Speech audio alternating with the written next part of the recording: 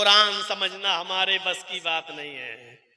Quran direct हम कैसे समझ सकते हैं? अल्लाह के बंदो, अगर मुसलमान होकर ऐसे जुमले बोलोगे तो फिर गैर मुस्लिमों को तबलीग कैसे करोगे? तुम तो पैदा ही अपने लिए नहीं दूसरों के लिए हुए थे।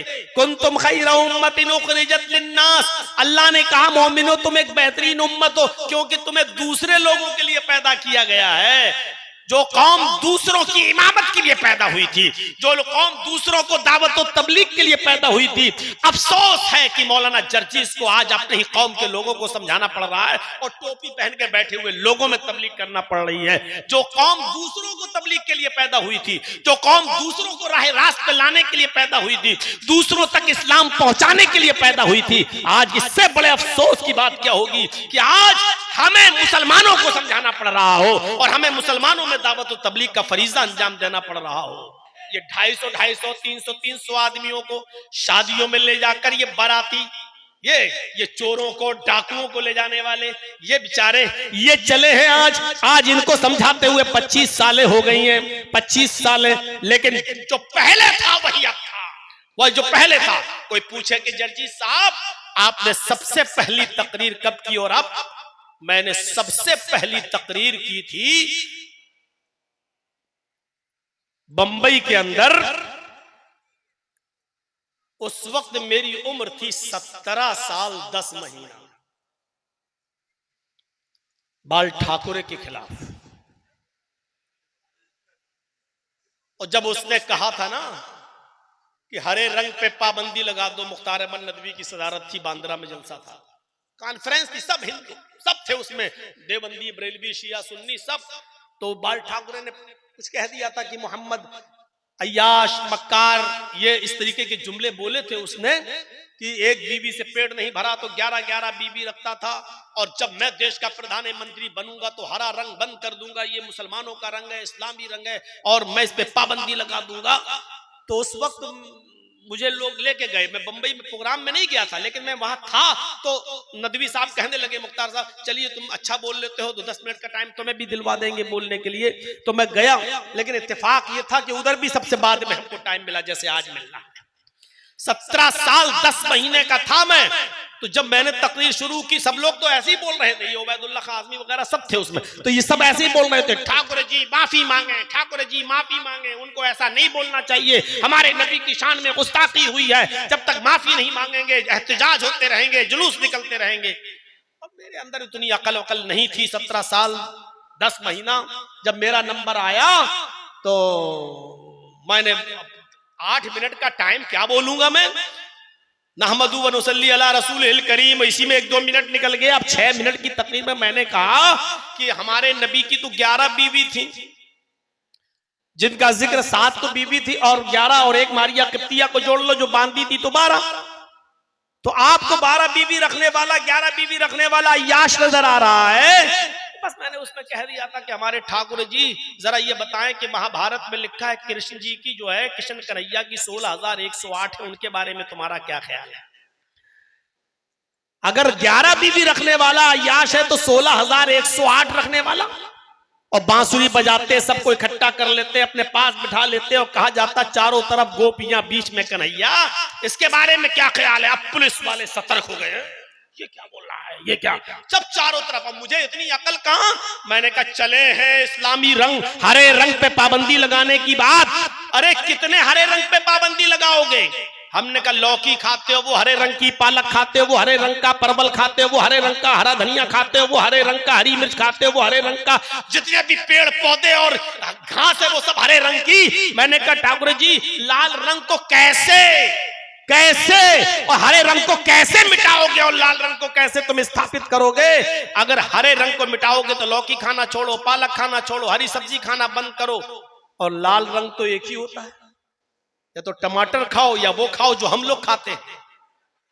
बस इतना ही बोला और उसी वक्त पकड़ लिया गया वहीं पर, चलो।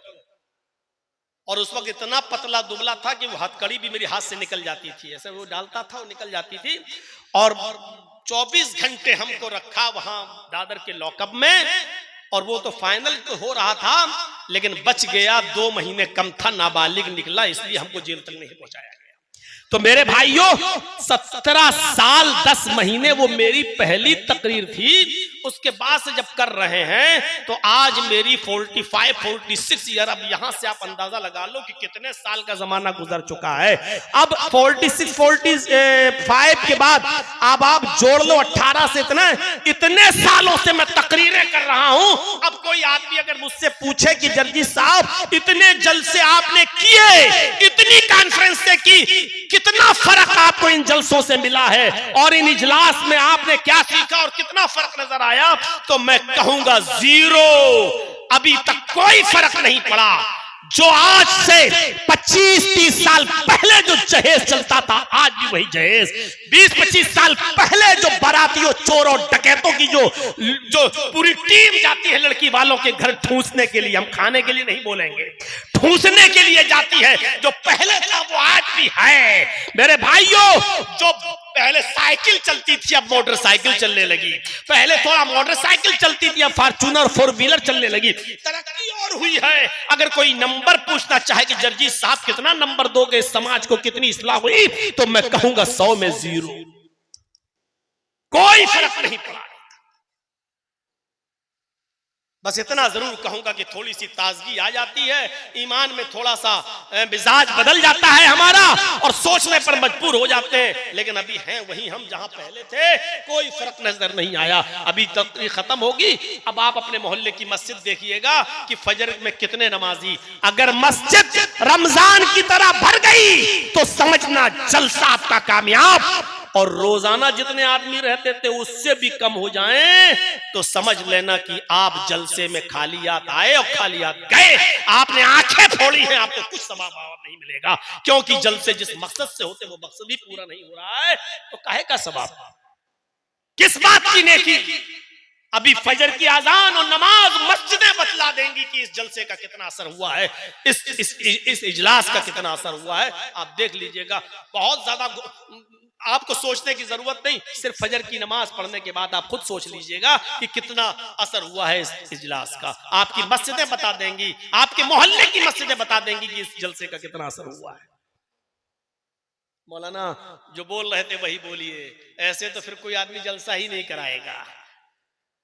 वो आप सोचिए, आपका काम है, ये इताअत थी, ये इताअत अल्लाह के नबी जनाब मोहम्मद रसूलुल्लाह सल्लल्लाहु अलैहि वसल्लम के जमाने में लड़की कह रही कि मुझे है?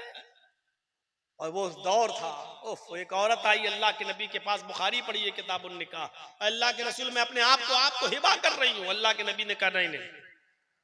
3 बार उसने कहा, अल्लाह के नबी खामोश रहे। एक सहाबी कहने लगे, अल्लाह के रसूल अगर आप निकाह नहीं करना चाहते तो मेरे साथ कर दीजिए ना, मैं करने के लिए तैयार हूँ। अल्लाह के नबी ने उस सहाबी से कहा तुम करोगे? उस औरत से पूछा तुम इसके साथ करोगी? कहने लगी आई तो आपके लिए थी, अगर आप नहीं करना चाहते तो इसके साथ कर दीजिए। आपने फरमाया ठीक है मैं इसके साथ कर देता हूँ तुम्हारा निकाह। आपने उससे पूछा कि हल इंदका शैउन, तुम्हारे पास कोई चीज है, क्या दोगे, यानी मेहर।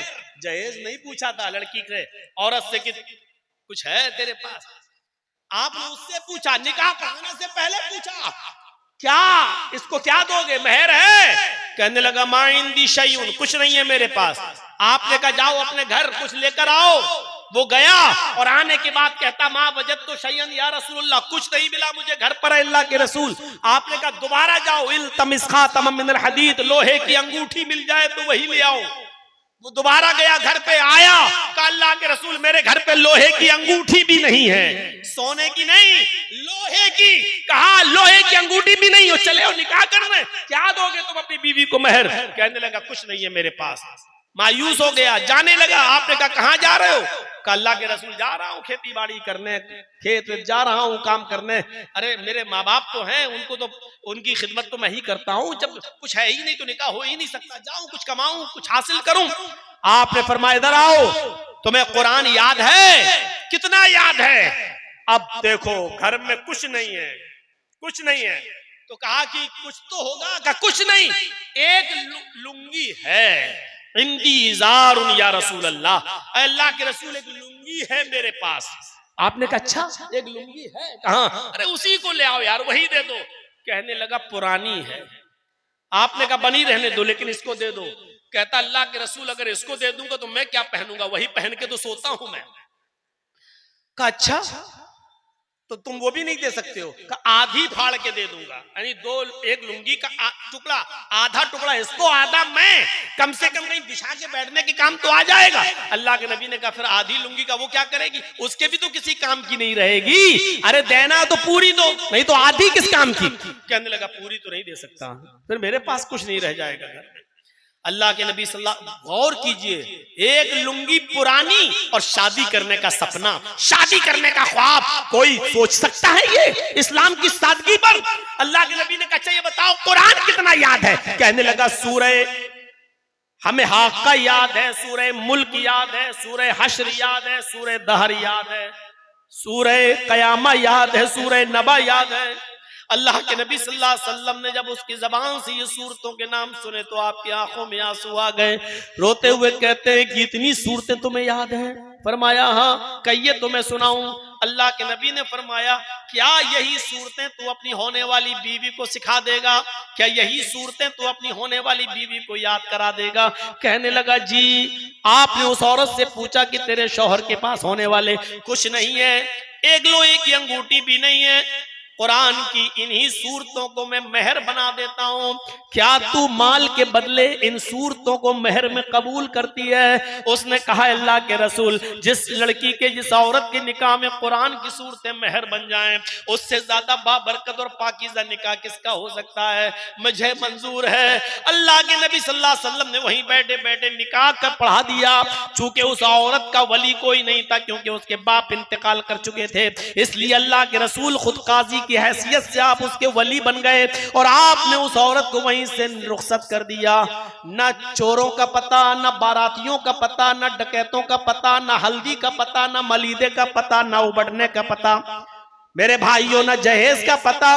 और आज 1400 साल के बाद भी सादा शादी के तस्करे मौलवी जर्जीस आपकी महफिल में कर रहा है। मुझे बताओ, अडानी ने अपनी बेटी की शादी की है, उसका जिक्र कितने दिन चला? ज्यादा से ज्यादा 1 महीना 2 महीना। उसके बाद आज अडानी के उस शादी को जो उसने अपने बेटे की थी और करोड़ों रुपया, अरबों रुपया खर्च कर दिया, आज उसका जिक्र कोई करने वाला नहीं है। लेकिन इस सादगी के साथ होने वाले निकाह का जिक्र 1400 साल के बाद की महफिल में हो रहा है और कयामत तक होता रहेगा। मेरे भाइयों, अल्लाह के रसूल सल्लल्लाहु अलैहि वसल्लम की इताअत करो। और अल्लाह ताला ने फरमाया, अल्लाह के नबी ने फरमाया, मन अतानी दखलल जन्नह, जो मेरी इताअत करेगा वो जन्नत में दाखिल होगा। व मन आसानी फकत अबा, और जिसने मेरी नाफरमानी की उसने मेरा इनकार कर दिया। मेरे भाइयों, यहां से हमें और आपको सोचना पड़ेगा कि अल्लाह ताला ने क्या मकाम दिया। रसूल की इताअत को दुखूल जन्नत का जरिया बना दिया, सबब बना दिया। रसूल की इताअत करोगे तो जन्नत में दाखिल होगे, यानी जन्नत का दाखिला हमें तभी मिलेगा जब हम रसूल की इताअत करेंगे। दुनिया में कितने पैगंबर आए? 1 लाख, 1.25 लाख, 1.5 लाख, 1,24,000 जो कही जाती है। कोई फिक्स गिनती नहीं बताई गई हदीस में, और जिसमें बताई गई वो हदीस सही नहीं है। मेरे भाइयों, जरा हम अंदाजा लगाएं, इतने नबियों में ये मकाम और ये मर्तबा सिर्फ मोहम्मद रसूलुल्लाह सल्लल्लाहु अलैहि वसल्लम को मिला कि अल्लाह ताला ने अपने पास बुलाया और मेराज की दौलत से माला माल किया, आसमानों की सैर कराई। मोहम्मद रसूलुल्लाह से पहले किसी ने भी आसमानों की सैर नहीं की। कुरान पढ़िए, सुब्हानल्लज़ी असरा बिअब्दिही लैलन मिनल मस्जिदिल हराम इलल मस्जिदिल अक़सा, सुब्हानल्लज़ी असरा बिअब्दिही लैलन मिनल मस्जिदिल हराम इलल मस्जिदिल अक़सा। बाबरकत है वो जात जो ले गई अपने बंदे मोहम्मद रसूलुल्लाह सल्लल्लाहु अलैहि वसल्लम को रातों ही रात मस्जिद हराम से बैतुल मक़दिस तक। कितनी बड़ी सआदत। और फिर बैतुल मक़दिस से आप ने 7 आसमानों का सफर किया, जन्नत देखी, जहन्नम देखी, और वहां से फिर रिटर्न वापस भी आ गए। यहाँ आप देखिए कितना बड़ा मकाम अल्लाह तबारक व तआला ने दिया है। कोई ये ना कहे कि अल्लाह के रसूल गए थे, नहीं, अल्लाह ले गया था। बहुत से लोग कहते हैं ना, तुम तो अपने जैसा इंसान मानते हो, तो अल्लाह के रसूल अगर तुम्हारे जैसे इंसान थे तो वो आसमानों पर गए, तुम क्यों नहीं जाते हो? जाओ, जाकर दिखाओ। मोहम्मद रसूलुल्लाह नहीं गए, ये तुम्हारी भूल है, अल्लाह ले गया। कुरान के अल्फाज पढ़िए, सुब्हानल्लज़ी असरा बिअब्दिही बाबरकत है वो जात जो ले गई अपने बंदे को। अल्लाह ले गया, और अल्लाह कैसे ले गया, ये सवाल करना कुफ्र है। ये सवाल नहीं कर सकते हो अल्लाह के बारे में कि अल्लाह कैसे ले गया। अगर ये सवाल करोगे अल्लाह कैसे, इसका मतलब यह कि तुम अल्लाह को कमजोर मानते हो। अल्लाह कैसे ले गया, इसका मतलब यह कि तुम अल्लाह को कमजोर समझते हो। तुम्हारा अकीदा अल्लाह के बारे में सही नहीं है। सुब्हानल्लज़ी असरा बिअब्दिही लैलन मिनल मस्जिदिल हराम इलल मस्जिदिल अक़सा। बाबरकत है वो जात जो ले गई अपने बंदे को, यानी अल्लाह ले गया। अल्लाह कैसे ले गया हमें नहीं मालूम, हम सिर्फ इतना जानते हैं इन्नल्लाह अला कुल्लि शैइन कदीर, वो हर चीज पर कादिर है। वो मोहम्मद रसूलुल्लाह को ले जाने पर भी कादिर है। जब बैतुल मक़दिस पहुंचे, मकाम देखो, हजरत जिब्राइल अलैहिस्सलातु वस्सलाम ने वुजू करवाया। अल्लाह के नबी बैतुल मक़दिस में पहुंचकर वुजू कर रहे हैं। आपकी नजर पड़ी, तमाम पैगंबर बैठे हुए, सफे लगाए हुए। आपने पूछा ये कौन है? जिब्राइल अलैहिस्सलाम ने कहा ये अंबिया किराम है, ये सारे पैगंबर हैं। अल्लाह रब्बुल आलमीन ने इनको दुनिया में बैतुल मक़दिस में भेज दिया है। अल्लाह के नबी सल्लल्लाहु अलैहि वसल्लम ने जब वुजू बनाया तो जिब्रील ने हाथ पकड़ा और हाथ पकड़कर मुसल्ले इमामत पे खड़ा कर दिया। आपने फरमाया जिब्रील मुझे यहाँ कहाँ खड़ा कर रहे हो? फरमाया मैंने आपको मुसल्ले इमामत पे खड़ा कर दिया है। अल्लाह के नबी ने पूछा जिब्रील मुझे क्या करना है? कहा आपको नमाज पढ़ाना है। कहा इनको क्या करना है? मेरे पीछे जो ये तमाम सफे लगाए बैठे हुए इनको क्या करना है? जवाब दिया आए मोहम्मद सल्लल्लाहु अलैहि वसल्लम इनको आपके पीछे नमाज पढ़ना है। अल्लाह के नबी खड़े हो गए और आपने इमामत की और तमाम नबियों ने आपके पीछे नमाज पढ़ी। सारे पैगंबरों ने मोहम्मद रसूलुल्लाह सल्लल्लाहु अलैहि वसल्लम के पीछे नमाज पढ़ी। आपने बैतुल मक़दिस में 2 रकात नमाज पढ़ाई। सारे पैगंबरों ने आपके पीछे 2 रकात नमाज अदा की। मेरे भाइयों, ये नमाज पढ़ाना मकसद नहीं था और अंबियाए किराम का नबी के पीछे नमाज पढ़ना मकसद नहीं था, बल्कि पूरी दुनिया को ये मैसेज देना था, पूरी दुनिया को ये पैगाम देना था कि लोगों अब किसी पीर पे झगड़ा खड़ा मत करना, किसी इमाम पे झगड़ा खड़ा मत करना। नमाज कैसे पढ़ो, किस इमाम के तरीके पर पढ़ो, किस मौलवी के तरीके पे पढ़ो, किस पीर के तरीके पे पढ़ो, ये झगड़ा खड़ा मत करना। हमने तुम्हें वो इमाम दिया है जो सारे पैगंबरों का इमाम है। हमने तुम्हें वो नबी दिया है जो सारे अंबिया का इमाम है और जिसके पीछे सारे पैगंबरों ने नमाज पढ़ ली। जब सारे नबी जिसकी इब्तिदा में नमाज पढ़ सकते हैं तो उस नबी को तुम अपना नबी क्यों नहीं मान सकते हो? जब सारे नबियों ने और रसूलों ने उसको अपना नबी मान लिया, अपना इमाम मान लिया है, तो फिर तुम्हें भी उनको अपना इमाम मानना होगा। अब इमामत पे झगड़े खड़े मत करना। तुम्हारा सबसे बड़ा इमाम इमाम कायनात मोहम्मद रसूलुल्लाह सल्लल्लाहु अलैहि वसल्लम है। मेराज की रात ये मैसेज दिया गया, ये पैगाम दिया गया, कोई तुम्हारा बुजुर्ग नहीं है, बुजुर्ग मोहम्मद रसूलुल्लाह है। तुम्हारा कोई इमाम नहीं है, इमाम मोहम्मद रसूलुल्लाह सल्लल्लाहु अलैहि वसल्लम है। ये मैसेज, ये पैगाम दिया गया मेराज की रात। सुब्हानल्लज़ी असरा बिअब्दी लैलन मिनल मस्जिदिल हराम इलल मस्जिदिल अक़सा। अंदाजा लगा सकते हैं आप, गौर करेंगे आप, ये मकाम मिला है मोहम्मद रसूलुल्लाह सल्लल्लाहु अलैहि वसल्लम को। और एक मकाम ये मिला मेरे भाइयों कि अल्लाह ताला ने सारी कायनात के लिए, पूरी दुनिया के लिए मोहम्मद रसूलुल्लाह को रसूल बनाया। इससे पहले जितने भी नबी से पहले जितने भी नबी आए वो पूरी कायनात के लिए नहीं आए, सिर्फ अपनी कौम के लिए या अपने कबीले के लिए आए। और मोहम्मद रसूलुल्लाह को अल्लाह ने क्या मकाम दिया? सारी कायनात के लिए।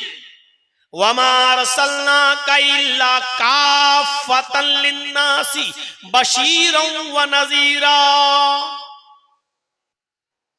वमा अरसलनाका इल्ला काफ़तन लिन्नासी बशीरन व नज़ीरा। ऐ मोहम्मद सल्लल्लाहु अलैहि वसल्लम, हमने आपको सारी कायनात के लिए खुशखबरी देने वाला और अल्लाह के अजाब से डराने वाला बनाकर भेजा।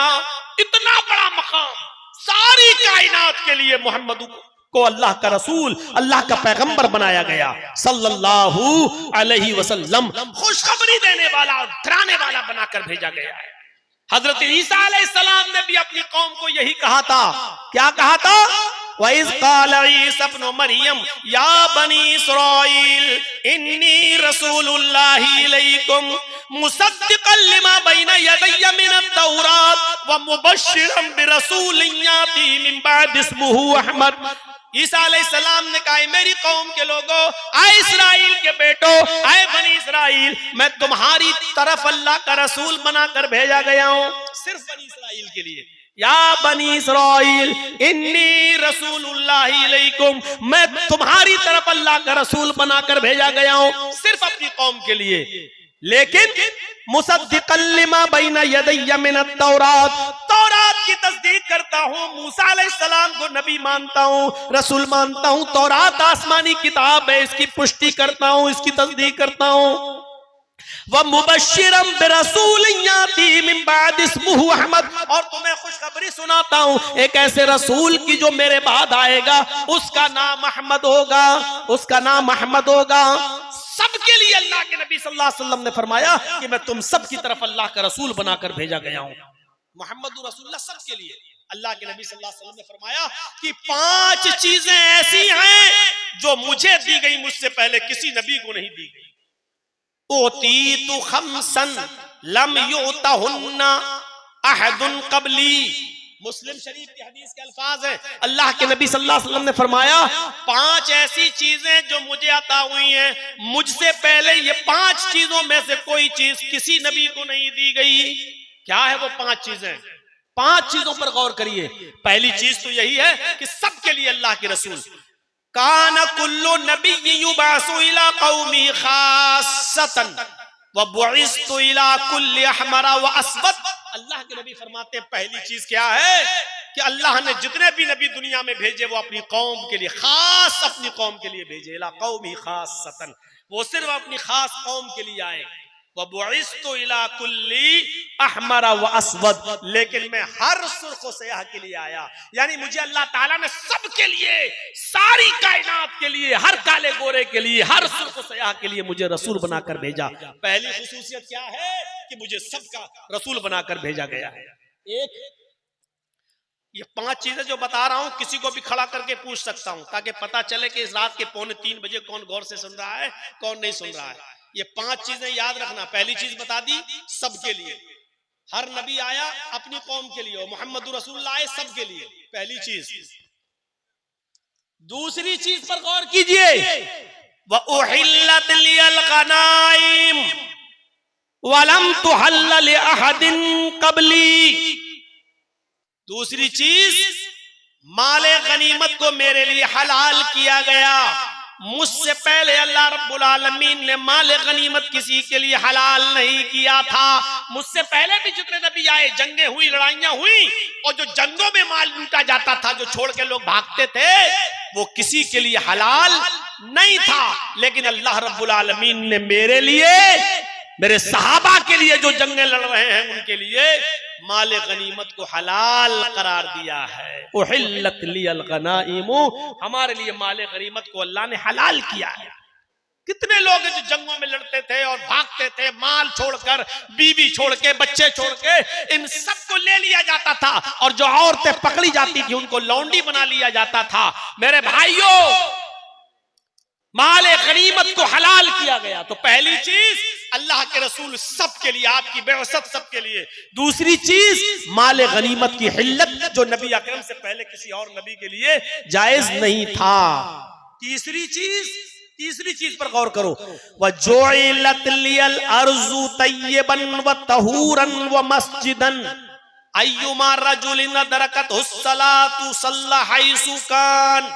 तीसरी चीज अल्लाह के नबी सल्लल्लाहु अलैहि वसल्लम फरमाते हैं कि अल्लाह रब्बुल आलमीन ने मेरे लिए पूरी रुए जमीन पाक बना दी है, वो तहूरन, और पाकी हासिल करने की चीज भी बना दी है, वो मस्जिदन, और मस्जिद बना दी है। मुझसे पहले जितने भी पैगंबर इस दुनिया में आए वो सिर्फ अपनी इबादत गाहों में नमाज पढ़ सकते थे, कहीं और नहीं। लेकिन अल्लाह ने मेरे लिए सारी जमीन पाक कर दी है। बल्कि पाकी भी हासिल की जा सकती है तहूरन।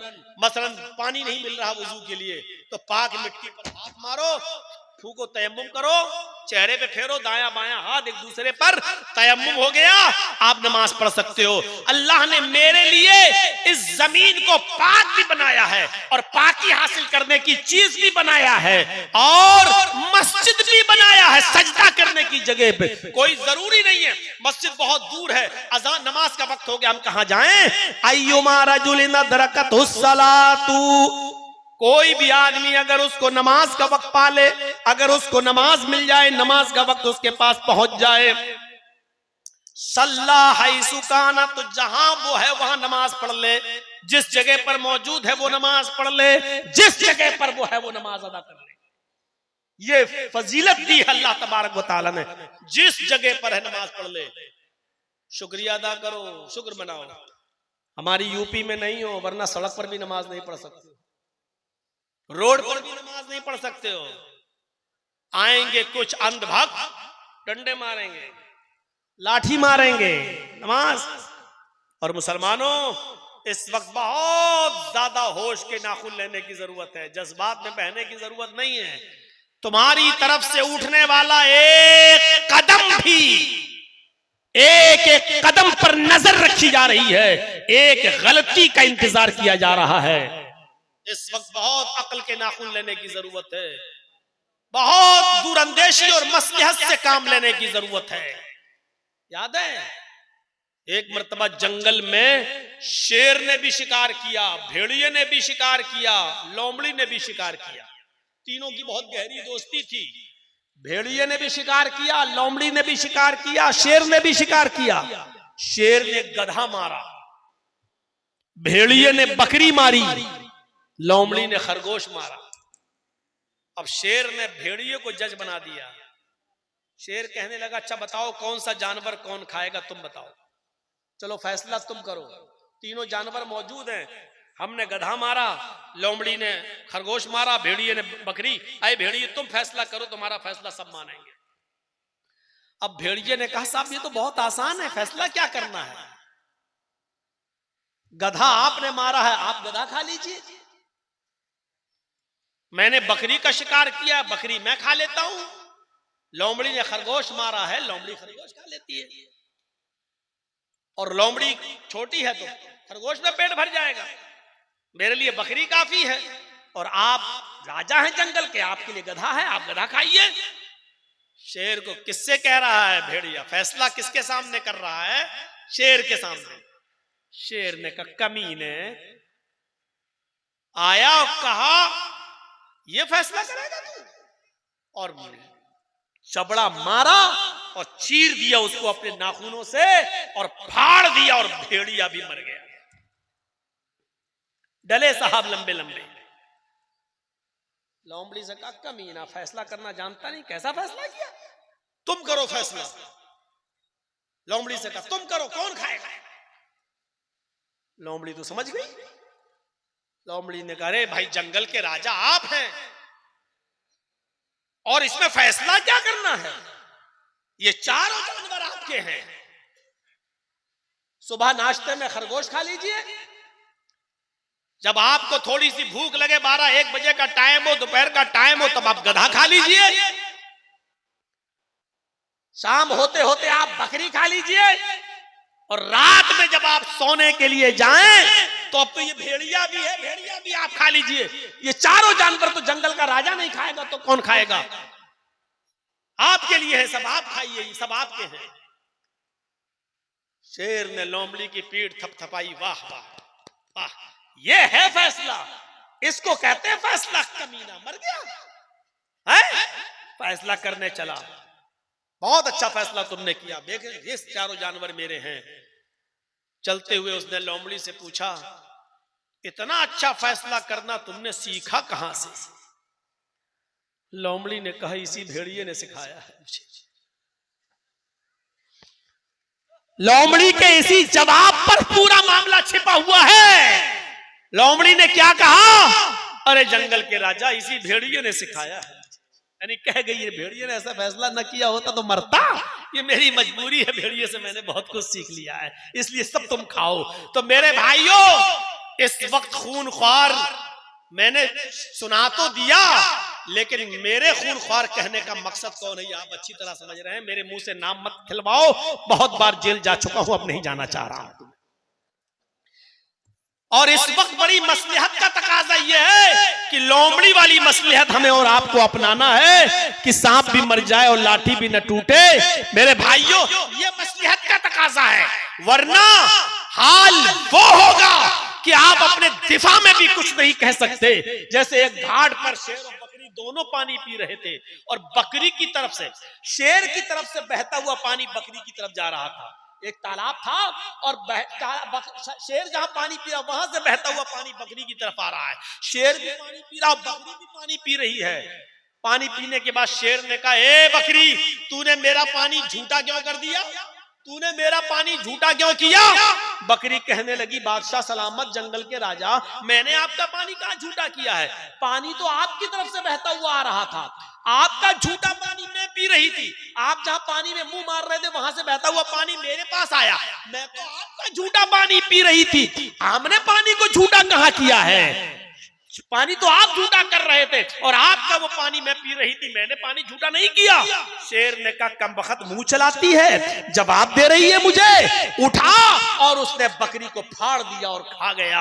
यानी बकरी अपनी दिफा में बोली थी, और बकरी की बात सही थी कि आपका पानी झूठा था, वो मैं पी रही थी। तो मेरे भाइयों, इस वक्त उसी कंडीशन में आप बैठे हुए हैं कि आप अपने दिफा में सही बात भी नहीं बोल सकते हो, सही जुमला भी नहीं कह सकते हो।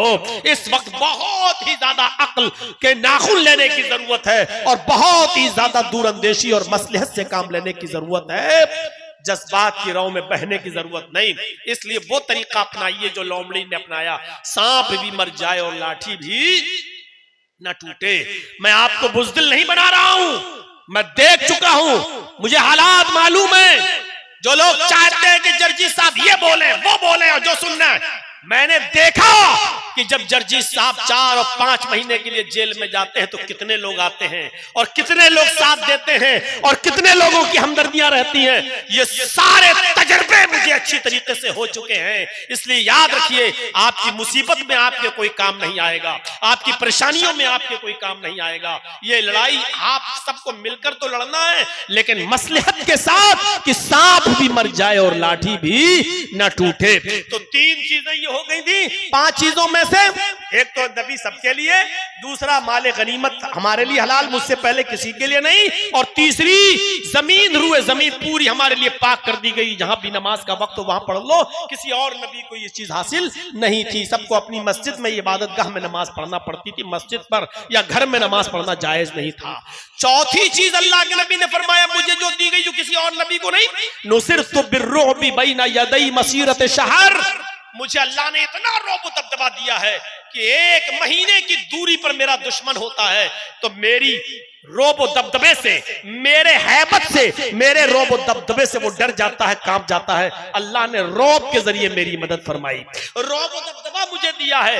1 महीने की दूरी पर मेरे दुश्मन के पैर उखड़ जाते हैं, वो सोचता है कि मोहम्मद रसूलुल्लाह से लड़ने जा रहा हूं, तो इतनी दूरी पर होता है कि मेरे और उसके दरमियान 1 महीने की मसाफत, यानी घोड़े पर, ऊंट पर सफर करे तो 1 महीना लग जाए, इतनी दूरी पर मेरा दुश्मन होता है और मुझसे डर जाता है, कांप जाता है, लरस जाता है। तो अल्लाह ने मुझे ये खूबी दी है, मुझे ये खासियत अता फरमाई है, फजीलत दी है कि दुश्मन के दिल पर मेरा रोबो दबदबा कायम रहता है 1 महीने की मसाफत पर। और 5वीं चीज अल्लाह के नबी ने फरमाई, ओतीतु शफाअह, अल्लाह ने मुझे शफाअत अता फरमाई। शफाअत कुबरा, किसी और नबी को शफाअत हासिल नहीं है। कयामत के दिन लोग सारे नबियों के पास जाएंगे, सब मना कर देंगे, नहीं नहीं नहीं नहीं, मैंने ये किया था, मैंने ये किया था। नूह अलैहिस्सलाम कहेंगे मैं मछली के पेट में चला गया, आदम अलैहिस्सलाम कहेंगे मुझे अल्लाह ने मना किया था इस दरख्त के पास मत जाना, मैं चला गया। कोई कुछ, सब अपनी अपनी प्रॉब्लम बता देंगे। सब लोग अल्लाह के रसूल के पास आएंगे, अल्लाह के नबी से फरमाएंगे हमारी सिफारिश कर दीजिए अल्लाह से, आप अल्लाह के बुर्गजीदा पैगंबर हैं, आप अल्लाह के नबी हैं, अल्लाह के पैगंबर। तब अल्लाह के नबी सल्लल्लाहु अलैहि वसल्लम फरमाते हैं, मैं सजदे में चला जाऊंगा और अल्लाह की हम्दो सना बयान करूंगा। जितनी अल्लाह रब्बुल आलमीन चाहेगा मैं अल्लाह की हम्दो सना बयान करूंगा। फिर आसमान से आवाज आएगी, अल्लाह फरमाएगा इरफा रासक सल तोता वशफी तुशफ़ा। आए मोहम्मद सल्लल्लाहु अलैहि वसल्लम अपना सर उठाइए। आए अल्लाह के नबी जनाब मोहम्मद रसूलुल्लाह सल्लल्लाहु अलैहि वसल्लम आप अपना सर उठाइए, सल मांगिए, तोता जो मांगेंगे आप दिया जाएगा।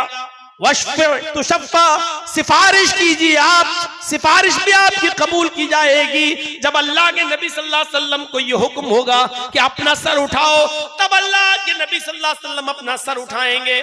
अल्लाह फरमाएगा सल मांगो, तोता जो मांगोगे दिया जाएगा। हालांकि अल्लाह को मालूम है कि क्या मांगना है मेरे नबी को, लेकिन फिर भी कह रहा है मांगो, जो मांगोगे दिया जाएगा। अल्लाह को अच्छा लगता है कि कोई बंदा उससे मांगे। अच्छा एक बात बताओ, हम लोग गए नमाज पढ़ी और दुआ मांगना चाह रहे हैं, क्या अल्लाह को नहीं मालूम कि हम क्या मांगेंगे? अल्लाह को तो मालूम है, लेकिन फिर भी कह रहा है उदूनी अस्तजिब लकुम, मुझसे मांगो मैं तुम्हें दूंगा। क्यों? अल्लाह को तो मालूम है कि मेरा बंदा क्या मांगेगा, फिर भी कह रहा मांगो, क्योंकि उसको अच्छा लगता है कि मेरा बंदा मेरे सामने मुझसे पुकारे, मुझसे मांगे। माँ को मालूम है बच्चा भूखा है, लेकिन जब रोता है तब माँ उसको दूध पिलाती है, तब दूध पिलाती है, क्योंकि बच्चे के रोने से माँ को मोहब्बत बढ़ती है कि अब बच्चा दूध मांग रहा है। माँ से बड़ा डॉक्टर कोई पैदा नहीं होता है, माँ से बड़ा डॉक्टर कोई पैदा नहीं हुआ है। माँ बच्चे के रोने से पता लगा लेती है कि बच्चा दर्द की वजह से रो रहा है या भूख की वजह से रो रहा है। माँ से बड़ा कोई डॉक्टर नहीं है। मैंने कैसी औलादों को देखा मेरे भाइयों, अपनी माँ पर डांटते हुए कहते हैं, अपनी बीवी की बात मानते हुए। माँ ने पूछा बेटा क्या? अरे तू जा यार, तू क्यों आ गई बीच में? तू नहीं समझेगी, हमारे बीच में तू नहीं समझेगी। अरे जा डुगरिया, जा बुढ़ी है। अरे अम्मा जाओ, तुम नहीं समझोगी क्या है? उस माँ से कहते हो तुम नहीं समझोगे। जब तू छोटा था बचपन में बोलना भी नहीं जानता था, जो तेरे रोने की आवाज से पहचान जाती थी कि तू दूध मांग रहा है या तेरे हंसली पसली में दर्द हो रहा है, पेट में दर्द। आज तू उस माँ से कह रहा है कि तू नहीं समझेगी, तुझसे बड़ा बेगैरत कौन होगा? मेरे प्यारे साथियों, अल्लाह को मालूम है कि मेरा नबी क्या मांगेगा, लेकिन फिर भी कह रहा है मांगो, जो मांगोगे दिया जाएगा। एक मैसेज ये दिया जा रहा है, क्या लोगों मेरे नबी को भी मांगना पड़ेगा। आए लोगों, दुनिया में कोई मुश्किल कुशा नहीं और हाजत रवा नहीं, दुनिया में भी मेरा नबी मुझसे मांगता था और आखिरत में भी मेरा नबी मुझसे मांगेगा। देने वाला मैं ही हूं, मेरे अलावा अंतुमुल फुकरा, तुम सब फकीर हो, तुम सब फकीर हो। देने वाला मैं, दुनिया में भी सारे नबियों ने मुझसे मांगा। अय्यूब अलैहिस्सलाम ने सेहत मुझसे मांगी, आदम अलैहिस्सलाम जन्नत से निकाले गए, अपने खता की और गलती की माफी। रब्बना ज़लमना अनफुसना व इल्लम तग़फिर लना व तरहमना लनकूनन्ना मिनल खासिरीन। ये दुआ मांगकर मुझसे मांगी, ये दुआ मुझसे मांगी। यूनुस अलैहिस्सलाम ने दुनिया में मुझे पुकारा, मछली के पेट में जब चले गए, ला इलाहा इल्ला अंत सुब्हानका इन्नी कुन्तु मिनज़ ज़ालिमीन। नूह अलैहिस्सलाम ने मुझे पुकारा। इब्राहिम अलैहिस्सलाम को जब आग में डाला गया तो कुलना या नारू कूनी बरदन व सलामन अला इब्राहिम, इब्राहिम के लिए आग मैंने ठंडी की। ये सारे नबियों ने दुनिया में मुझे पुकारा और मैंने इनको सुना। खुद मोहम्मद रसूलुल्लाह सल्लल्लाहु अलैहि वसल्लम ने मुझे पुकारा है। जब जंगे बदर में 313 एक तरफ और 1000 से ज्यादा का लश्कर एक तरफ, ये निहत्ते वो हथियारों से लैस, जब ये कंडीशन देखी तो नबी अकरम सजदे में गिर गए और ये दुआ मांगने लगे, अल्लाहुम्मा ला तुहलिक हाज़िल असाबा इन तहलिक हाज़िल असाबत लन तुअबद बअदल यौमि क़त्तु इलाहल आलमीन। आज ये मुट्ठी भर जमात 313 अगर हलाक हो गई, बर्बाद हो गई, रूए जमीन से मिट गई, तो इस जमीन पर कभी कोई अल्लाह अल्लाह कहने वाला ना होगा, कोई तेरा नाम लेने वाला ना होगा, कोई तुझे पुकारने वाला ना होगा, कोई तेरी इबादत करने वाला ना होगा। सारे नबियों ने दुनिया दुनिया में भी मुझे पुकारा और आखिरत में भी मुझे पुकारना है। नबी मोहम्मद रसूलुल्लाह भी मुझसे मांगेंगे, ऐ अल्लाह। तब अल्लाह के नबी दुआ करेंगे और सिफारिश फरमाएंगे कि अल्लाह फला फला को, इन सबको, हमारे भाई मुसलमानों को, मेरी उम्मत को बख्श दे। तब अल्लाह ताला जितने लोगों को चाहेगा नबी की सिफारिश कबूल करके उनको जन्नत का हकदार बना देगा और जन्नत में भेज देगा, जन्नत में दाखिल फरमा देगा। ये मकाम, ये मर्तबा, ये शिफात अल्लाह रब्बुल आलमीन ने मोहम्मद रसूलुल्लाह सल्लल्लाहु अलैहि वसल्लम को अता फरमाई है। तो मेरे भाइयों, मैं अर्ज ये कर रहा हूं, हमें और आपको समझना चाहिए कि पहले रसूल के मकाम को समझें। रसूल है कौन? उनकी हैसियत क्या है? क्या ऐसी कोई शख्सियत है जिस पर इत्तेफाक किया जा सके मोहम्मद रसूलुल्लाह को छोड़कर? कोई बात होगी, हमारे चाहने वाले और हमारे मुरीद कहेंगे कि मौलाना जर्जीस की बात मान लो, दूसरे मौलाना के मुरीद कहेंगे नहीं हमारे मौलाना ने सही कहा, उसकी बात मान लो। एक कहेगा मेरे बुजुर्ग की बात मानो वो सही, दूसरा कहेगा नहीं मेरे बुजुर्ग की बात मानो वो सही। मेरे भाइयों, ये इख्तिलाफ तो रहेगा। तुम्हारे बुजुर्ग को मैं अपना बुजुर्ग नहीं मानता, मेरे बुजुर्ग को आप अपना बुजुर्ग नहीं मानते, तुम्हारे मौलवी की बात मैं नहीं मानता, मेरे मौलवी की बात आप नहीं मानते। ठीक है, ये इख्तिलाफ चलेगा, लेकिन फिर फैसला करेगा कौन? कोई एक शख्सियत तो ऐसी होनी चाहिए जिसको आप भी माने, हम भी माने, और जिस पर सब लोग आंख बंद करके फैसला कर ले कि नहीं नहीं इनकी बात मानेंगे। नहीं, ये हमारे भी हैं और आपके भी हैं, ये आपके भी बुजुर्ग हैं और हमारे भी बुजुर्ग हैं। मुझे बताओ, ऐसी शख्सियत सिवाय मोहम्मद रसूलुल्लाह के कोई है? क्या कोई कह सकता है कि मोहम्मद रसूलुल्लाह तुम्हारे नहीं? नहीं मेरे भाइयों, दुनिया में कोई ऐसा नहीं, ना हनफी, ना मालिकी, ना शाफी, ना मालिकी, ना हम्बली, ना शाफी, ना अहले हदीस, ना बरेलवी, ना शिया, ना सुन्नी, सब लोग इस बात को मानते हैं कि हम मोहम्मद रसूलुल्लाह सल्लल्लाहु अलैहि वसल्लम की बात सराखों पर, उनकी बात को माना जाएगा, वो हमारे भी बुजुर्ग हैं। तो एक शख्सियत, वही तो मैं कह रहा हूं कि पहले इस मकाम को समझो कि बात मानी किसकी जाएगी। तुम बात करते हो नमाज और रोजे कैसे रखे जाओ, पढ़े जाएं। हमने तो उठना, बैठना, लेटना, सोना, जागना, खाना, पीना, हंसना, खेलना, कूदना, यहाँ तक के पेशाब व पैखाना, शादी और ब्याह, जिंदगी के हर शोबे में हमने तुम्हारे लिए मोहम्मद रसूलुल्लाह सल्लल्लाहु अलैहि वसल्लम को आइडियल बना दिया है। यही वजह है कि अल्लाह के नबी सल्लल्लाहु अलैहि वसल्लम ने फरमाया, जब तुम कहीं पेशाब और लेटरिन कज़ाए हाजत की जरूरत पेश आ जाए तो इतनी दूर चले जाया करो कि जहां कोई नजर ना आए और दरख्तों की आड़ में बैठकर तुम अपनी जरूरत से फारिग हो जाओ। और फिर आपने फरमाया कि तुम में से कोई भी शख्स कम से कम 3 पत्थर यानी 3 मिट्टी के ढेले या पत्थर से कम में इस्तंजा न करे, पेशाब और लेटरिन न करे, कम से कम 3 पत्थर होना चाहिए, 3 ढेले। तो इस जब हजरत सलमान फारसी ने नबी अकरम सल्लल्लाहु अलैहि वसल्लम की इस हदीस का जिक्र जब किया और लोगों को बताया कि हमारे नबी ने फरमाया, तो यहूदियों ने कहा था कि आए सलमान, क्या इतनी जाहिल कौम मिली है तुम्हारे नबी को जो पेशाब और पायखाना करने का तरीका भी नहीं जानती? इतनी अज्जड़ कौम मिली है तुम्हारे नबी को जिसको पेशाब और पायखाना करने का तरीका भी बताया जा रहा है कि वो कम से कम 3 पत्थर इस्तेमाल कर लें। तो हजरत सलमान फारसी ने इसका जवाब देते हुए कहा था, अल्हम्दुलिल्लाह, अल्लाह का शुक्र है, आए यहूदियों, तुम अपनी माँ के पेट से ये सब सीख कर नहीं आए थे। तुम जब बड़े होते गए तो तुम्हारी माँ तुम्हें बताती गई, बेटा ऐसे बैठो, बेटा ऐसे इस हाथ का इस्तेमाल करो, इस हाथ से बर्तन पकड़ो। तुम अपनी माँ के पेट से सीख के नहीं आए। अल्लाह का शुक्र है कि मुझे ऐसा रसूल मिला जो माँ बाप की तरह हम पर शफकत करता है, और माँ बाप जिस तरीके से उंगली पकड़ के चलना अपने बेटे को सिखाते हैं, अपनी औलाद को सब कुछ, उसी तरीके से हमारे नबी हमें बताते हैं कि ऐसे पानी पियो, ऐसे खड़े होकर चलो, और लेटरिन की जरूरत हो तो इतनी दूर चले जाओ कि कोई देख ना सके, और बाएं पैर पर जोर देकर बैठो, और फिर अल्लाहुम्मा इन्नी अऊज़ु बिका मिनल खुब्सी वल खबाइस पढ़ो। और यह भी फरमाया कि अगर पानी न मिल सके तो 3 ताक ढेलों का कम से कम इस्तेमाल करो इस्तिंजे के लिए। अल्लाह का शुक्र है कि माँ बाप की तरह हमें सिखाने वाले नबी मिले हैं। मेरे भाइयों, जिस नबी ने हमें पेशाब और पायखाना करने तक का तरीका बताया हो, उसने हमें नमाज नहीं बताई होगी, उसने हमें रोजा नहीं बताया होगा, उसने हमें हज नहीं बताया होगा, उसने हमें ज़कात देने का तरीका नहीं बताया होगा, उसने हमें शादी करने का तरीका नहीं बताया होगा, उसने हमें मर्दों की फील्ड क्या है और औरतों की फील्ड क्या है, क्या ये नहीं सिखलाया होगा?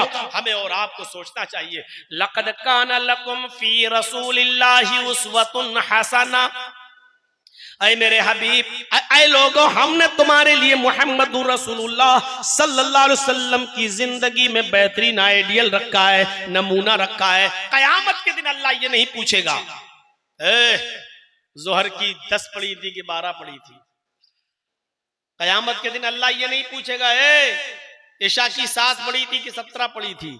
कयामत के दिन अल्लाह ये नहीं पूछेगा तरावी 20 पड़ी थी कि 8 पड़ी थी। मैं किसी चीज को ना सही कह रहा हूं, ना गलत कह रहा हूं, ना मैं मुफ्ती हूं। इतना जो मैं बस जो बताना चाह रहा हूं, कोई आदमी अपने ऊपर न ले। कयामत के दिन अल्लाह ये नहीं पूछेगा। कयामत के दिन अल्लाह ये कहेगा कि तूने ये नमाज उस तरह पढ़ी या नहीं जिस तरह मेरे नबी जनाब मोहम्मद रसूलुल्लाह सल्लल्लाहु अलैहि वसल्लम ने बताई है। इसलिए कि मैंने आइडियल और नमूना किसी मुल्ला, मौलवी, पीर, वली, इमाम, मुहद्दिस को नहीं बनाया था। हमने आइडियल और नमूना मोहम्मद रसूलुल्लाह सल्लल्लाहु अलैहि वसल्लम को बनाया था। ये पूछेगा अल्लाह, मोहर किसकी है? अमेरिका की मोहर लगा दो अपने नोट पर, जबकि करेंसी वहां की महंगी है। आपके मुल्क में चल जाएगा वो नोट? नहीं चलेगा। अब आपको इतनी लंबी, इतनी स्टैंडर्ड मोहर लगी है अमेरिका की, फिर भी नहीं चल रहा, नहीं चलेगा। क्यों? आपके मुल्क में आपकी करेंसी चलेगी, चाहे उसकी कीमत घटिया ही क्यों ना हो, कम ही क्यों ना हो। मेरे भाइयों, रकातों की तादाद कम ही क्यों ना हो, मोहर चलेगी जनाब मोहम्मद रसूलुल्लाह सल्लल्लाहु अलैहि वसल्लम की। हमें तो ताज्जुब होता है कि लोग अपनी अपनी किताबों में ऐसे मनगढ़ंत किस्से कैसे लिख देते हैं। एक किताब पढ़ रहा था, लिखा हमारे बुजुर्ग एक दिन में 2000 रकातें पढ़ते थे, 2000 रकातें पढ़ते थे, सुभान अल्लाह। और उस किताब में नीचे लिखा है, वहावड़ो तुम्हारे यहां पर भी कोई ऐसा वली पैदा हुआ है जो एक दिन में 24 घंटे में 2000 रकातें पढ़ता हो। खुश होते हैं लोग ऐसे किस्से और कहानियां सुनकर। मैंने किसी जलसे में कहा था, उसका जवाब देते हुए, अल्हम्दुलिल्लाह, ऐसा कोई आदमी हमारे यहां पैदा नहीं हुआ जो एक दिन में 24 घंटे में 2000 रकातें पढ़ता था। ये नमाज थी। आप थोड़ा सा अपने दिमाग पर जोर लगाओ, अल्लाहु अकबर। बहुत जल्दी भी पढ़ोगे तो आप कम से कम स्पीड ये तो रखोगे ना, सुभानक अल्लाहुम्मा व बिहम्दिका व तबारक अस्मुका व तआला जद्दुका व ला इलाहा गैरुक, औज़ु बिल्लाहि मिनश शैतानिर रजीम, बिस्मिल्लाहिर रहमानिर रहीम, अल्हम्दुलिल्लाहि रब्बिल आलमीन, अर्रहमानिर रहीम, मालिकि यौमिद्दीन, इय्याका नअबुदु व इय्याका नस्तईन। ये स्पीड तो रखोगे कम से कम, कि ये भी नहीं रखोगे। और फिर आप पढ़ के देखिए, आप 4 रकात आपको 5-6 मिनट से कम नहीं लगेंगे। चलो 1 मिनट की 1 रकात मान लो, तो 4 रकातें कितनी हो गई? 4 मिनट। अब आप जोड़ लीजिए 1 घंटे में कितनी हुई? 60 रकात। जब 1 घंटे में 60 हुई तो 24 घंटे में कितनी होंगी? 1 मिनट की 1 रकात भी मान लो तो 24 घंटे में 1440 के आसपास हो रही है, 1500 मान लो। जब 1 मिनट की 1 रकात आप पढ़ेंगे तब 24 घंटे में 1400, 1450, 1500 हो रही हैं। और हजरत पढ़ते कितनी है? 2000। अब इनसे पूछो कि तुम नमाजें पढ़ रहे थे या बाबा रामदेव वाली एक्सरसाइज कर रहे थे? जैसे बाबा रामदेव पेट हिलाता, 1 2 3, ये रकातें तुम्हारी थी। कौन सी नमाज तुम पढ़ रहे थे? और नीचे लिखा, वहाबड़ो क्या ऐसा वली तुम्हारे यहां पर भी पैदा हुआ? अल्हम्दुलिल्लाह, ऐसा खुराफाती वली तुम्हें मुबारक हो, हमें अहले हदीसों को नहीं। तुम लो इसको अपनी पॉकेट में रखो, संभाले रहो इसको। और वो भी 1440 रकातें कब होंगी? जब 1 मिनट की 1 रकात मानोगे। कब होंगी? जब हमारे बाबा लैट्रीन न करने जाते हो तब। अगर लैट्रीन करने गए तो 10 रकातें कम कर लो, 10 मिनट तो लगेंगे। खाना खाने अगर बैठ गए, 10 मिनट खाना खाने में लग गया तो 10 रकातें और कम कर लो। और 24 घंटे में अगर 2 घंटा भी सोया होगा 2 घंटा कम से कम, तो 120 रकातें तब कम कर लो। मेरे भाइयों, हर मिनट पर 1 रकात कम करते जाओ तो वो भी नहीं हो रही। 24 घंटे में 1440 रकातें तब होंगी जब पेशाब छोड़ो, लैट्रिन छोड़ो, और जो है सोना छोड़ो, खाना छोड़ो, पीना, सारी चीजें छोड़ो, तब जाकर 1440 रकातें हो रही हैं। मेरे भाइयों, आप अंदाजा लगाइए हम और आपका किन लोगों को फॉलो कर रहे हैं। इसीलिए अल्लाह के नबी जानते थे, अल्लाह ताला के ने जो आपको इल्म दिया था उसके एतबार से, तो आपने फरमाया सल्लू कमा रायतुमूनी उसल्ली, नमाज वैसे मत पढ़ना जैसे और लोग पढ़ते हो मनमानी, नमाज वैसे पढ़ना जैसे तुम मुझे देखते हो नमाज पढ़ते हुए, जैसे तुम मुझे देखते हो। तो आइडियल और मॉडल कौन है? मोहम्मद रसूलुल्लाह सल्लल्लाहु अलैहि वसल्लम। और कयामत तक रसूल की जिंदगी हमारे लिए आइडियल रहेगी। इसका मतलब यह है कि कयामत तक मोहम्मद रसूलुल्लाह का नाम भी बुलंद रहेगा। आइए एक और आयत पढ़ रहा हूं, देखिए अल्लाह तबारक व तआला ने मोहम्मद रसूलुल्लाह सल्लल्लाहु अलैहि वसल्लम की इत्तिबा करने का हुक्म भी दिया, बल्कि अल्लाह ताला ने नबी की इत्तिबा को अपनी मोहब्बत से जोड़ लिया है। अल्लाह ने डायरेक्ट ये नहीं कहा कि मुझसे मोहब्बत करो, अल्लाह ने कहा अगर मेरी मोहब्बत चाहते हो, अगर तुम ये चाहते हो कि अल्लाह तुमसे मोहब्बत करे, तो तुम्हारे लिए जरूरी है कि तुम मेरे नबी जनाब मोहम्मद रसूलुल्लाह की इत्तिबा करो। इत्तिबा दलील क्या है? कुल इन कुंतुम तुहिब्बूनल्लाह फत्तबिऊनी युहिब्बुकुमुल्लाह। कुल, आए नबी फरमा दीजिए, कुल आए नबी कह दीजिए, इन कुंतुम तुहिब्बूनल्लाह, अगर तुम अल्लाह से मोहब्बत करना चाहते हो, इन कुंतुम तुहिब्बूनल्लाह, अगर तुम अल्लाह से मोहब्बत करना चाहते हो, फत्तबिऊनी, तो पहले मेरी इत्तिबा करो। और सुनो अल्लाह ताला ने कितना बड़ा मकाम बताया है अपने नबी मोहम्मद रसूलुल्लाह का। कहा अगर तुम अल्लाह से मोहब्बत करना चाहते हो, यानी अल्लाह ने अपनी मोहब्बत का मायार ही ये बताया है कि रसूलुल्लाह से की इत्तिबा करो। कुल इन कुंतुम तुहिब्बूनल्लाह, अगर तुम अल्लाह से मोहब्बत करना चाहते हो, फत्तबिऊनी, तो पहले मेरी इत्तिबा करो। इत्तिबा का मतलब नक्शे कदम पर चलो, मेरी इत्तिबा करो। और जब तुम मेरी इत्तिबा करोगे तो इसका रिजल्ट क्या होगा, इसका नतीजा क्या निकलेगा? युहिब्बुकुमुल्लाह। जब तुम मेरी इत्तिबा करोगे तो अल्लाह भी तुमसे मोहब्बत करने लगेगा। अल्लाह ताला ने अपनी मोहब्बत का मायार यही बताया है कि तुम मेरे रसूल की इत्तिबा करो। जब तक तुम मोहम्मद रसूलुल्लाह की इत्तिबा नहीं करोगे, अल्लाह भी मोहब्बत नहीं करेगा। दुनिया में कितने लोग, कौन ऐसा मुसलमान है जो चाहे कि अल्लाह हमसे मोहब्बत नहीं करे? कोई ऐसा है जो चाहता है? और जिस दिन अल्लाह मोहब्बत करना छोड़ देगा, मेरे भाइयों, दुनिया के अंदर कोई एक घूंट पानी भी पी पाएगा? क्या अल्लाह की बनाई हुई जमीन पर एक सेकंड भी वो कदम रख सकेगा? नहीं रख सकता है वो, अगर अल्लाह गजबनाक हो जाए और अल्लाह गुस्सा हो जाए। तो अगर चाहते हो कि अल्लाह तुमसे मोहब्बत करे, अगर चाहते हो कि अल्लाह तुमसे मोहब्बत करने लगे, तो उसके लिए जरूरी है कि पहले हम सब जनाब मोहम्मद रसूलुल्लाह की इत्तिबा करें। और क्लियर कर दिया, जब तक तुम रसूल की इत्तिबा नहीं करोगे, मेरे हबीब की इत्तिबा नहीं करोगे, अल्लाह भी तुमसे मोहब्बत नहीं करेगा। अल्लाह के रसूल सल्लल्लाहु अलैहि वसल्लम ने अपनी इताअत को दुखूल जन्नत का सबब बताया है। अपनी इताअत को, रसूलुल्लाह की इताअत भी, अभी इत्तिबा हो गई है, अल्लाह ने इत्तिबा बता दी कि इत्तिबा किसकी करना है? रसूलुल्लाह की। और रसूलुल्लाह सल्लल्लाहु अलैहि वसल्लम ने फरमाया कि इताअत मेरी करोगे तो जन्नत में दाखिल होगे। इताअत, जो मैंने कह दिया वो करो, हर हाल में करना है। अगर मिन हैसुर रसूल हमने तुम्हें कुछ दिया है तो उसको लेना है, हर हाल में करना है। अल्लाह के नबी सल्लल्लाहु अलैहि वसल्लम ने फरमाया कि अगर तुम जन्नत में जाना चाहते हो, दुखूल जन्नत चाहते हो, जन्नत में एंट्री चाहते हो, तो पहले मेरी इताअत करो। बुखारी उठाइए, किताबुल एतिसाम बिल किताब व सुन्नह का चैप्टर खोलिए और किताबुल एतिसाम बिल किताब व सुन्नह के अंदर ये हदीस पूरी पढ़ जाइए। हजरत अबू हुरैरा इस हदीस के रावी हैं। वअन अबी हुरैरा रज़ियल्लाहु तआला अन्हु अन्ना रसूलुल्लाह सल्लल्लाहु अलैहि वसल्लम क़ाल, कुल्लु उम्मती यदखुलूनल जन्नत इल्ला मन अबा कालू मन याबा या रसूल अल्लाह काला मन अतानी दखलल जन्नत व मन असानी फक़द अबा। अल्लाह के नबी सल्लल्लाहु अलैहि वसल्लम फरमाते हैं मेरी पूरी की पूरी उम्मत जन्नत के अंदर दाखिल होगी। कुल्लु उम्मती यदखुलूनल जन्नह, मेरी पूरी उम्मत जन्नत के अंदर दाखिल होगी, इल्ला मन अबा, लेकिन वो दाखिल नहीं होगा जिसने मेरा इनकार किया। ऐसा कौन शख्स है जो अल्लाह के रसूल का इनकार कर दे? मुसलमान भी हो, कलमा भी पढ़ता और इनकार भी करे।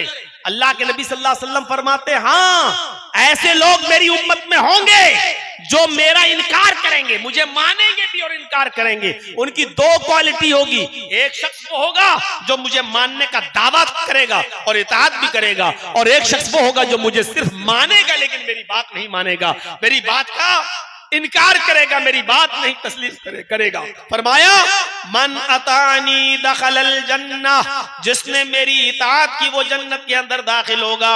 व मन असानी फक़द अबा, और जिसने मेरी नाफरमानी की उसने मेरा इनकार किया।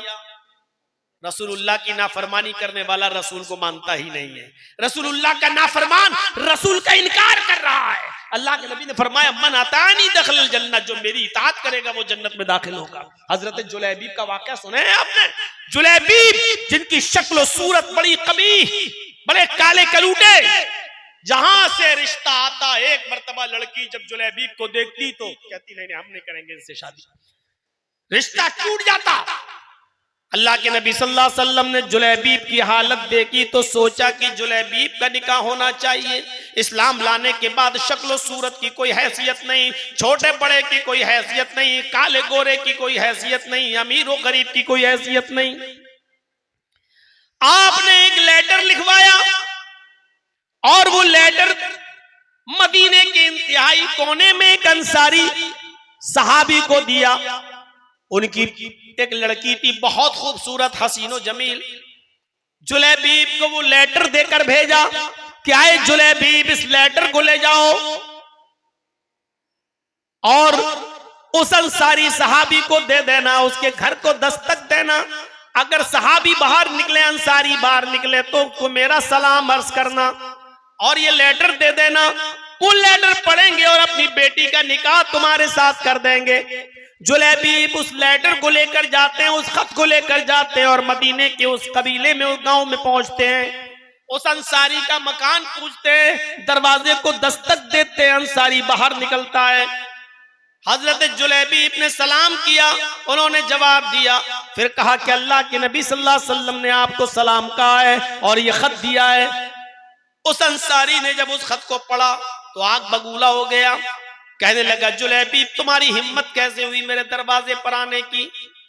अपनी बेटी का निकाह मैं तुम्हारे साथ कर दूं, मेरी चांद जैसी खूबसूरत बेटी, मेरी चांद जैसी हसीनो जमील बेटी, और तुम अपनी शक्ल सूरत भी किसी आईने में देख कर आए हो और मैं अपनी बेटी का निकाह तुम्हारे साथ कर दूं? नहीं हो सकता है। जुलैबीब ने कहा कि मुझे तो अल्लाह के रसूल ने भेजा है और कहा है कि ये लेटर दे देना, मैंने तो ये खत दिया है, बाकी आप समझ लें।